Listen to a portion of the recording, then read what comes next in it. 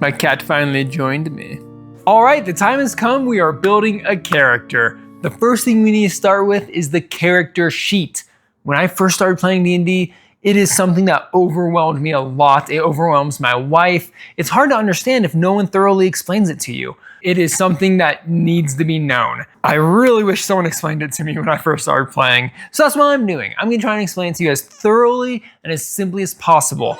That's probably why this video is gonna be a little longer. I would rather metaphorically beat the dead horse on every aspect of the character sheet to make sure you understand. So we need to take the time now to save us a lot of time in the future. So I'm just gonna fill one out, and along the way, I'm gonna explain everything to you.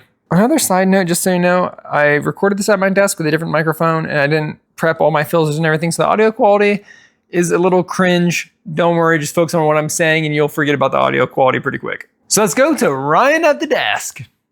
All right, welcome to my computer, guys. I say that as if you're in my monitor. All right, so this is a character sheet. Typically, character sheets come in 2 pages. The second page is usually always a list of magic. This is all magic stuff. These are gonna be all the spells you know. This is how to use your magic. We'll get to that in a second, but we're gonna focus mainly on the first page. This is where a lot of the information gets overwhelming. We're looking at a lot of things here. We're gonna start just by looking at this top for a second. So I'm gonna go ahead and zoom in. We're gonna ignore everything down here for now. Okay, character name. We're just gonna say Ryan. That's my name. When you see background, that is an actual statistic in the book. So I'm just gonna say soldier, because that's one of them. We'll learn more about how that affects our character later. Species is also in the book. I've always thought that being an elf would be cool. Let's be an elf. Class. A class is your profession as an adventurer. We'll get to that in the next video. But for now, soldier, class, let's just do the first one on the list. Barbarian. Now, when my barbarian levels up, at one point I can choose a specific kind of barbarian. That is what a subclass is. No matter what, I'm still a barbarian. But later on, I can be what kind of barbarian? So I'll just let you know right now, zealot is one of them. So that's what subclass is. Shifting over, we have our level and experience points. Experience points are one way to level up, but not every DM does it that way. Level's the main important one, and we always start at level 1, at least I do. Some dungeon masters will start at higher levels if they want a quicker campaign or if they just want to play for one time, but they don't want you to be weak. But right now, we're starting at level 1. Shifting over again, we have armor class and shield. Armor class is how difficult you are to hit. When enemies roll dice against you, if you have better armor, they have to roll higher numbers. So we'll fill out those numbers at some point, but a common class is probably around 13. If you have a shield, it's going to go up by 2. We will explain more of these details later. Just understand that they're numbers that your enemy has to roll higher than or equal to in order to hit you. Okay, shifting to this box. This whole box here concerns your life. Hit points is basically your health. It's how many points of damage you can get hit before you're considered unconscious. Starting off, you're usually pretty low, 8. That's not a lot. Fights are pretty scary at level 1. Temporary hit points come from spells, different forms of magic or potions, but these only last a certain amount of time in the game. So if someone casts a spell on you, oh look, I have 4 extra hit points, I go to bed and they disappear. You'll notice it says current and max for the hit points. This number will always stay here. It's here so we don't forget. Current is what I'm currently at. So if I just woke up from sleeping, I'm full health, I'm great. If I get in a fight, someone punches me, oof, I just took damage. So now I have 7 out of 8. Let's say I get in a big fight, I get cut a few times, and then I start losing, I'm not doing very good. 1 hit point, I'm like barely conscious, I'm unconscious. Right, that's how that works. Hit dice is what you use to calculate your health. When I go up to level 2, how do I know how much health I gain? You determine that by rolling a dice, a hit dice. That gets into more specifics about leveling up a character. All you need to know for now is that hit dice is how you can heal without sleeping. You have as many as you have levels. So right now, we only have 1 of them. If I want to heal and take a quick break during an adventure without sleeping 8 hours, I will use 1 hit dice to recover health. That's a very simple way of putting it. Now, if I get attacked and I hit 0 hit points, oof, I'm unconscious. Now, no one is there to help me. I've been beat up, I've been battered, guys. We are cut, we're bleeding, we might die. So to do that, we have death saves. It is up to pure fate whether or not we are alive if no one helps us. We roll a d20. If it is above a 10, then we are slowly stabilizing ourselves. And we need to get 3 to stabilize ourselves and become unconscious but no longer in danger of dying. If we roll under a 10, then we have failed one. And if we fail 3, this whole character is gone forever. Unless the DM says we wake up in like an afterlife or something like that, whatever. But it means this character has died. So death saves. If your hit points reaches 0, you have to start rolling to see, are you going to stabilize yourself and no longer be at risk of bleeding out, or are you going to die? And again, in future videos, we'll see exactly how that works. All right, that is the top. A lot of it is just basic information about your character and some other basic information. All right, let's zoom out. Now, we're going to go down here. The rest of this information can be very overwhelming if you don't know what it is. So we're going to start with these 4 boxes up at the top. Initiative. In D&D, you just say what you want to do and it happens. You don't take turns necessarily until time is of the essence. As soon as you enter a time-based thing like combat, or maybe a puzzle that uses time, you now take turns. Your initiative helps you determine in what order you take turns. So I'm just going to throw out a number. We'll talk about how this number is calculated later. But if the DM is like, okay, let's take turns, what's everyone's initiative? Or you can roll a dice to determine initiative. So it's either a solid number, 12, or you can say, oh, I have a +2. So when I roll, add 2 to my roll. A good way of thinking of initiative is basically your reaction speed. When something happens, how quick are you to react? And that determines where you are in the order of turns. Speed is based off time as well. Most characters are around 25, which is slightly slower, or 30, which is slightly average. Other things can affect that. Your size of character, some people are larger if you have a spell that makes you larger. Gnomes can be considered small. Most creatures like a human are medium. My character is an elf, I'm medium. Passive perception. Passive means you're not currently looking for anything. Perception is how well you notice things around you. So passive means I'm not actively searching for something. If I'm walking down a hallway, am I going to notice a trap? That's what passive perception is. It's usually just a straight number, 12. So if there's an enemy hiding from me, if they roll higher than 12, I will not notice. Now, if I think there's an enemy nearby and I actively roll, we ignore this number and we take what I rolled. But this is if I'm not paying attention, just walking around. So that's these numbers here. These numbers rarely change. Passive perception can change with equipment and gear, but it usually stays the same for the most part of gameplay. Your size usually always stays the same unless otherwise stated by magic. Same with speed and initiative. Now we're going to go over this section. This is probably the most complicated section, but the way this specific character sheet is laid out helps us a lot. No matter what the format looks like, you always have the same information. You always have strength, dexterity, constitution, intelligence, wisdom, and charisma. Those stats will always be the same. These skills will always be the same. The skills, by the way, are the things underneath it, right? Arcana, history, investigation, nature, religion, those are called skills. Now, these are called your stats or your attributes. These basically describe your character. So if someone was like, hey, how'd you describe Ryan? Well, I would say I'm slightly stronger than the average person. I was pretty athletic. In D&D, 10 is average for all scores. Remember that. So I'm a little bit stronger than the average person, so I'm going to say 12. Now here's the interesting thing about stats. Remember how earlier when I said you roll a dice, some people get a bonus? Remember how I said some people are good at climbing? That's athletics. Because I am slightly stronger than the average person, I get a bonus when I do strong things. Oops. There we go.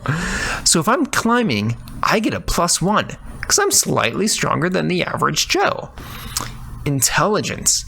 I would say I'm actually fairly smarter than the average person. I haven't done a formal IQ test, but you'll notice that every 2 we go up, we gain an extra 1. So at 12, we get a +1. At 14, we get a +2. And this makes sense because obviously if you are smarter, you're going to be better at things that require brains. So in other words, if the number is higher, you get a bonus. And that bonus is attributed to any roll associated with strength or with intelligence or with wisdom. So let's go ahead and quickly fill this out. Dexterity, I will be honest, I'm not very flexible or quick on my feet. I used to be when I was in athletics, but ever since high school, it's been about 10 years, I'm not that dexterous anymore. So this is interesting. I'm going to say I'm less than the average person. So I'm going to say I have 9. Now immediately you'll notice 12 gives me a +1. 11 does not give me a +1. It is still 0. It has to be every 2. So I get 12 +1. Now, if I go down 1, I immediately get a negative. So if I'm playing D&D and someone's like, "Oh, Ryan, you activate a trap, you need to get out of the way as fast as you possibly can. Roll for dexterity." So I'm trying to avoid the trap, but I'm not very dexterous. So whatever I roll, I -1 from my roll. Yeah, negative modifiers are dangerous. They really impact a lot about your character, but they're sometimes fun to have. It makes situations interesting. Constitution is, I like to liken it as in willpower or physical willpower. If you swallow a poison, but you don't want anyone to know, you roll for Constitution. How well can you hide that and stomach that? I want to say my Constitution is probably slightly better, but not good enough than the average person. Again, when I was in athletics, I was a lot more disciplined. I'd say my Constitution is 0. If you're swimming and you have to hold your breath, you use Constitution. I'm not good at swimming anymore, so it's average. I'm just barely above average, but doesn't really affect anything. Intelligence, we went over. Wisdom, I like to think, sorry, I keep trying to scroll, but it's not quite hitting. I like to think I'm pretty wise. I don't know if I actually am. That's the thing with wisdom. But I like to think that I like to ponder situations. Wisdom can also be reworded as street smarts, right? Intelligence is textbook. Are you good with knowledge, pure knowledge? But can you use that knowledge and apply it in certain situations? Charisma, I'm going to be honest, I love talking to people. When I talk, I make friends very quickly. I'm not saying I can persuade people very easily, but I will say I love talking. I love telling stories. And it's not just talking, but I also love listening to stories and interacting social situations. I don't care if a situation is awkward, I can turn it around. I love that. So I would say this is pretty accurate to me as a person. Now, a saving throw is defensive. If something is about to hurt you or affect you, you need a save from it. Now, there's one in each category. So if someone is pushing you, you need to defend against it. You have one for strength. If someone is trying to trip you with a staff and they stick it out in the way, then you need to defend yourself. Or if you trip when you're chasing an enemy and you want to stay catching up to them, you have to roll a saving throw. All of these numbers will be the same here. So that's going to be -1. This one's going to be -1, -1, -1. I'm just going to go ahead and fill these out real quick. Okay, so I filled these out. These are skills, right? And I'm going to briefly go over these. Athletics. Are you good at athletic things? I used to be better, but I'm slightly above average. So if I have to sprint after an opponent, if I have to vault after a wall, I'm going to roll for athletics. Acrobatics is anything that requires lots of flashy movement. Some people use this jokingly. If they're about to attack an enemy, they'll be like, "Yo, I want to jump off the ledge, do a backflip and attack."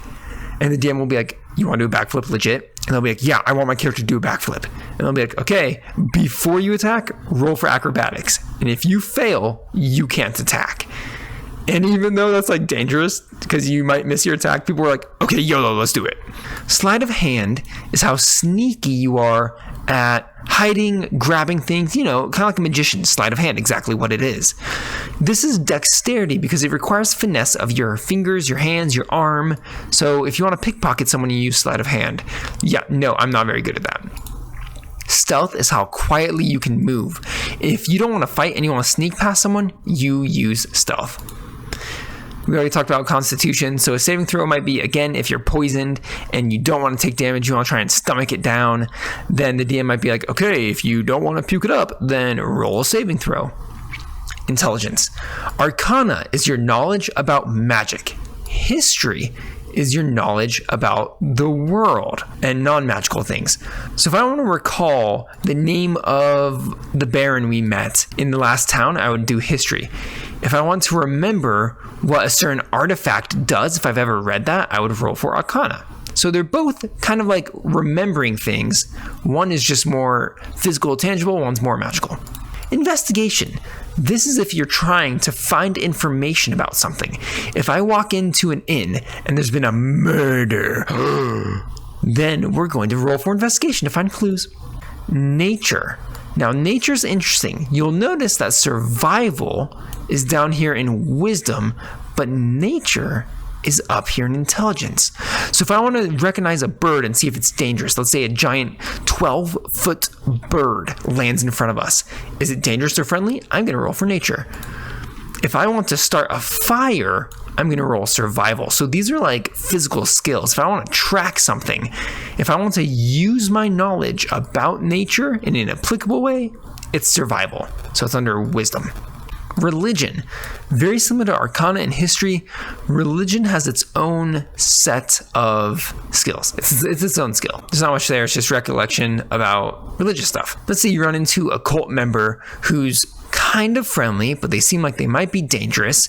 If you recognize the necklace he's wearing, you can roll for religion and be like, hey, do I recognize that religion? Do I know what's offensive to him? And if I make the wrong move, will he kill us or will he forgive us, right? Religion. Animal handling. Pretty self-explanatory. If you're on a horse and it gets out of control, if you're trying to tame a dog or a wild animal, animal handling. Insight. This is if you're trying to tell if someone is lying or anything like that. If you're trying to gain information based off a situation or an expression, you use insight. It's basically like intuition. Medicine is how you heal people or cure wounds. Perception, as I mentioned earlier with passive perception, is how well you notice things. If I want to look for something, but it's not investigation, I'm not piecing together clues and information, I'm literally observing. Do I notice the sound of water nearby? Are the birds still chirping? Things like that. Charisma, deception, how well can you lie to someone? Are they going to notice? Intimidation, and when you threaten someone, how likely are they to bend to your will? So if you're gonna interrogate a prisoner, you could use intimidation, or you could use persuasion. Good cop, bad cop kind of situation. Think about that. Intimidation is bad cop, persuasion is good cop. Performance. This is literally what it says, performing. If a bard wants to sing a song to gain some extra money, they roll performance. Or if you're trying to distract a guard while your friend sneaks by and picks the lock, you will roll performance. How well do you distract the guard? How much time do you give your friend? So these are all skills. Now you might be thinking, they're just the same number. Why'd you write them all down? And that is because of this right here. Proficiency. The word proficient means you're really good at something, right? If you've been trained as an athlete, I did pole vaulting in track and field. If I've been trained in pole vaulting, that means I'm naturally better than other athletes who have not been trained. So even though someone can have the same athletic skill as me, I've been trained in pole vaulting. That skill gives me a bonus. Anything that you are trained specifically at, you gain a bonus. So that's what all these circles are. So right now, let's say, okay, in real life, my dad loved to go camping. He taught me a lot of survival skills, how to build a campsite with just a knife, how to start fires in multiple different ways, right? I have been trained camping and survival. So I'm going to click this, and that means I get a trained bonus, my proficiency bonus. I get that bonus. So I'm going to come here, and this changes to 4. So even though my wisdom score is +2, because I've been trained specifically in survival, I get a bonus to survival. Proficiency bonuses are really something that greatly helps. It literally doubled my score here. So if I roll a survival check and I'm trying to light a fire in wet weather and I roll a 10, doesn't quite make it, I get +4. It's now 14, baby.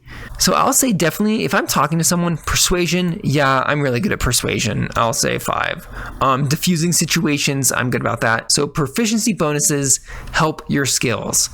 I am a pretty religious person. I like to be aware of other cultures and stuff. So yeah, I'll say 2, 3, 4. Yeah, I'll say I'm proficient with religion. I used to be proficient with athletics. I do naturally pick it up. So even though I'm not very strong, I do say I pick it up naturally. So we're gonna do that again. So that's what proficiency bonuses and things like that are. Heroic inspiration is just a reroll. The DM will award this if you do something really well in game. You can only have 1. And it's basically a free reroll of a d20. There's more about that, but just understand you can only have 1 at a time. If I reroll it, it disappears. If I do something cool, DM might be like, hey, take an inspiration point.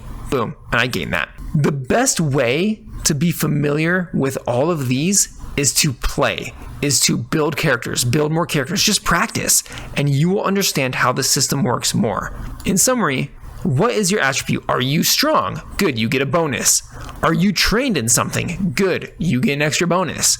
These are skills underneath each attribute. You use intelligence to do these things. So that's a summary of the stats. Probably the most complicated, convoluted thing in the whole character sheet are stats, and maybe magic, but we'll get to that. These sections are pretty self-explanatory. These are the weapons you have. Cantrips are a form of magic. And so this is just saying, do you have any weapons that do damage? What's the damage? What kind? Does it take 2 hands to wield? You know, just this is all stuff that you kind of fill in as you gain the weapon. So let's just say a longsword. I like longswords. Attack, they do 1d8. Now here's the interesting thing, notes. They can be 2-handed. If I use 2 hands instead of a d8, it becomes a d10. I'm not going to use a shield. I like imagining myself as a Jedi Knight, and so I'm going to use 2 hands. It's a d10. We'll get into details of weapons later, but there we go. Now we have a weapon among us. Class features, these are bonuses. As an elf, I require less sleep. There's more details to that, but that is a feature I have. Instead of sleeping for 8 hours a night, I can sleep for 4 hours and get the same benefits because I'm an elf and I'm awesome. You know, I just realized I totally put down the wrong section. That was supposed to go in species. I'm an elf. I'm awesome. I require less sleep. Sorry, I'm a barbarian. In the next video, I'll go over this, but barbarians have a special ability called rage. I'll get into that later, but that's unique to barbarians. So because up here, I'm a barbarian, I'm an elf. Barbarians get rage. Elves get less sleep. Feats are just special, unique abilities or characteristics about you, right? So for example, there's one called Tough. Tough means I gain +2 HP every level. Oops, +2. There are lots of different kinds of feats. We'll go over those later. But these are basically just boxes to organize what our extra skills and abilities are. The last thing on this first page is down here. Am I trained in any special equipment or armor? If you've never ever worn heavy plate armor before in your life, it's going to be hard to do certain things. So you essentially can't wear it. If you try and wear heavy armor and you haven't been trained or experienced with it, then you're going to get negative bonuses to everything you do. Just trust me, don't do it. It might be funny as a disguise every now and then, but throughout the game, trust me. So you can check these if you're skilled. If you're skilled, it means you don't get any negative bonuses. Trained in shields. Again, if you have a heavy slab of wood or metal on your arm, that's going to be awkward unless you're trained with it. I would say I've never worn a suit of armor. I've actually, you know, now that I think about it, I have worn military armor before, like ballistic vests and stuff. So I will say I'm trained in medium armor. Shields, yeah, I played as a kid a lot with shields. With my brother, we made these wooden metal shields. So yeah, I'd say I'm trained in light, thick armor, like clothing, like, yeah, that's fine. Heavy sweatshirts layered on top of each other for airsoft. Medium ballistic vests for military. Heavy, no, I've never worn like a bomb vest or anything. I've never been trained in knight's armor. And shields, yeah. This is just different types of weapons. Are you trained with specific types of weapons, different categories of weapons, and different tools? I would say smithing tools. I have done smithing with my dad in the past. I grew up on a farm, and so smithing, and I want to say cooking too. I really enjoy cooking with my wife. I'd say cooking tools, smithing tools. There's other categories of tools like that. It's all in the book. So that is all page 1 of the character sheet. This will be unique to your character, and I know that took a while, but I really hope that this helped simplify things for you. If it didn't, please comment down below. And I mean that. I'm not just saying that for the algorithm. Comment if you have a question, if you didn't understand, if you want me to reiterate something, please let me know. Page 2 is a lot faster. Appearance, literally your description, what color eyes you have. Backstory and personality, totally up to you. Like, what's your backstory? Are you a kind person, mean person? Alignment. This is basically your moral compass. Are you a good or bad person? Do you enjoy chaos or do you like following the law? There are specific alignments in the game. I'm going to say I do like to follow the law, so I'm lawful. And I would say I like to be a good person. I'm lawful good. There's more to alignments, but we'll get to that when we create a character. Do I know any languages? Yep, I know English, I know a little bit of ASL, and I know a little bit of Spanish. I'd say enough to get by. So, yep, I'd say English, ASL, Spanish. Equipment, this list can be very long. I usually just wear normal clothes. I just have a pair of clothes. I usually have a pocket knife with me, and I could mention that as a weapon. Okay, yeah, that's actually good to know. If my weapons are listed up there, I still list them down here. So I said I have a long sword. Yeah, all that jazz, just equipments, you know. If you have a backpack full of stuff, adventurers, you will collect so many things. This section will get big. Some magical items require you to meditate with them. That's what attunement means. That's all you need to understand right now. Attunement just means, have you meditated with your item so you can use it? You can only do that 3 times. If you get a 4th item, you have to get rid of one of your old ones. Money, yep, you have copper piece, silver piece, electrum, people usually don't use that, gold, and platinum. It's a base 10 system. 10 copper is equal to 1 silver. Gold is typically the measurement system. So if you have 1 gold, that means you have 10 silver, 100 copper. Now the way I wrote it here was to show you the ratios, but in essence, this actually means I have a total of 1 gold and 10 silver and 100 copper. So I have the value of 3 gold right now. And then platinum, if I did that, I have the value of 13 gold right now. So there's that. This side is where magic gets really complicated. All you need to know is that there's a little bit of math, and instead of doing the math every single time, you can write the numbers here. I'll briefly summarize these. If I cast an attack spell, I don't use the same calculation as my weapons. I calculate it with something else. So let's just say that's +3. We'll do the math later, but just remember, +3. Every time I cast an attack with magic, I add 3. Spell saves, what my enemies have to do. If they have to defend against my magic, what do they have to roll higher than? So they have to roll higher than 13. If I try and freeze them, and if they don't want to get stuck to the ground in ice, they have to roll higher than 13. If I'm not attacking someone, and they don't have to defend, if I want to grow vines out of the ground, it's not an attack, it's just a utilitarian kind of thing, then just remember, you have a modifier, just like your stats up here. Yeah, I'm strong, I'm dexterous. How good am I at magic? Everything else about this is dependent on the way your character casts magic. All you need to know about spell slots is that you can't cast magic forever. You're gonna run out of uses. Just like how I can't run marathons all day long as fast as I can, I have stamina. You kind of have magical stamina. And that's what spell slots are. We'll explain that later. And then this is just the list of spells. I usually actually use a separate app for this kind of stuff, but whatever. That, in essence, is the character sheet. Yeah, a lot of information. But that's okay. If you have questions, let me know. You can always rewatch the video, or you can go see other videos, or you can go through the book and try and figure it out. But I hope that made things easier for you. I really wish someone went over this with me and explained it. The first person who ever taught me D&D was a little too excited and jumped right in, and I had a really bad experience. So hopefully that helped. Back to you, Ryan, in the studio. Thank you, Ryan. Ladies and gentlemen, that was the character sheet. No, I'm kidding. But that was the character sheet. Yeah, it's a lot of information, and that was a good chunk of time. But trust me, once you get familiar with it, as you start practicing, you could easily build a character in less than 5 minutes instead of 40 minutes.